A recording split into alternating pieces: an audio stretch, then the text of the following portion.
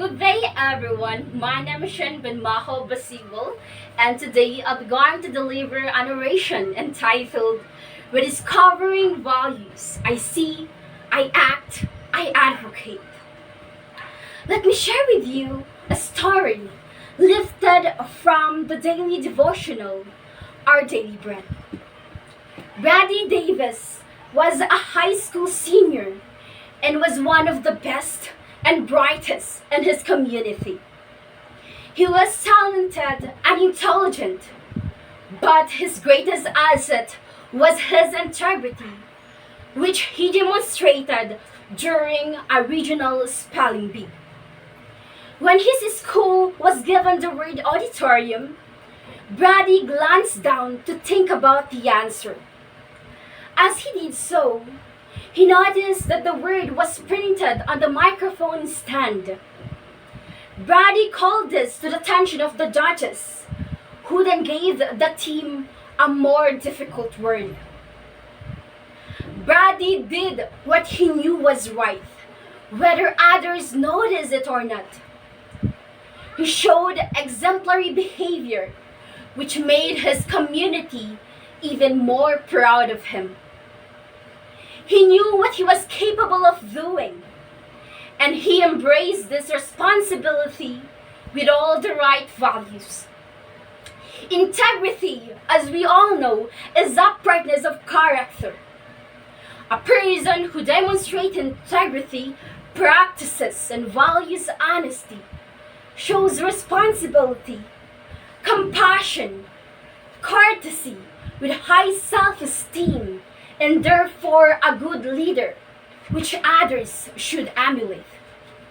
With this, we begin to question, how many of us do you think have the value of integrity?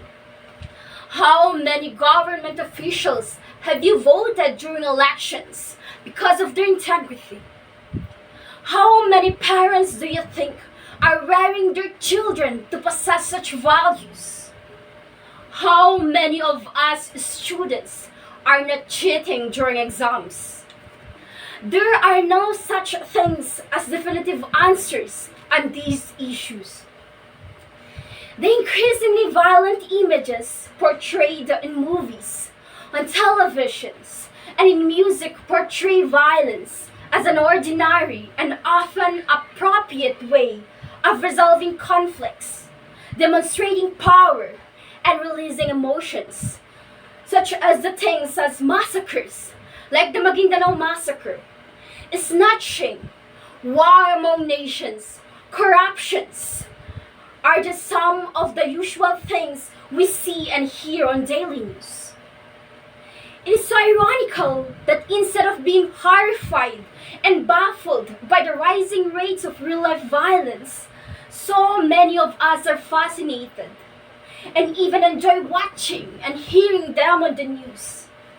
Worse, the youth would comment us, "You rock," and "It's cool," or even like it on Facebook. It shows how greatly influential these are on our attitudes about the acceptability of violence. At any time, someone intentionally hurts another, either in words or actions. Recently, we have been wrecked with the news on TV about corruption.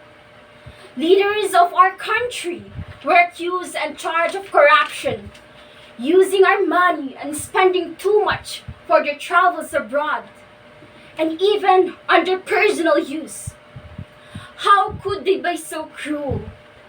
Where is the value of honesty in this case? Really, doing bad is really limiting our lives.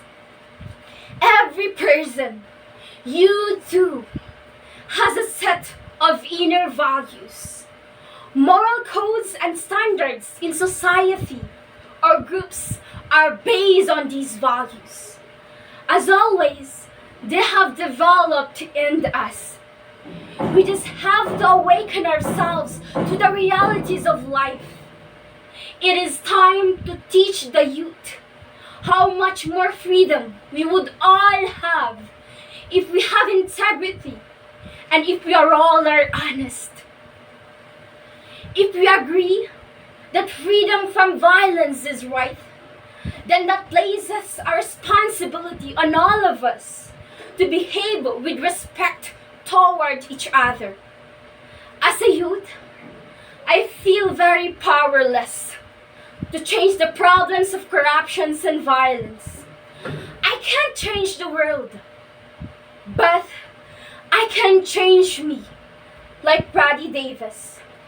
I can change the way I solve problems in my own life with my fellow students and friends and family and neighbors.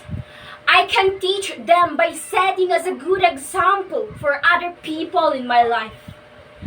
I can turn off violent TV shows, music, movies, and video games. I can be honest, even if others are not. I can change my corner of the world. I can be an ambassador of peace in my own little way. We all can begin to teach the youth appropriate ways of dealing with these challenges. This is what others should also do to teach the youth. They must have a vision to strive toward. They should be aware of the positive ways to handle their own struggles in life. They must possess the value of integrity. We need to teach them to learn all they can about the world so they can be informed voters. But ultimately, the way to change the world is for all of us to think first about our little corner of it. Let's inspire young people to imagine what it would be like to live in a world without corruption and violence. We've got to just pick a place to begin and then get started. So easily we can turn off violence in all its ugly forms. Physical violence, sexual violence, family violence, corruption, dishonesty, and etc. We all need to be advocates of change. Let's continue to encourage our countrymen to actively participate in changing the corners of our world. Let's all take actions. It's never too late. We can all make a difference, like Brady Davis, whose goal in life is to change the world around him without compromising himself. This pursuit of life, integrity, and exemplary behavior will create for us a world with wealth beyond earthly riches. That's all, and thank you very much for listening and watching.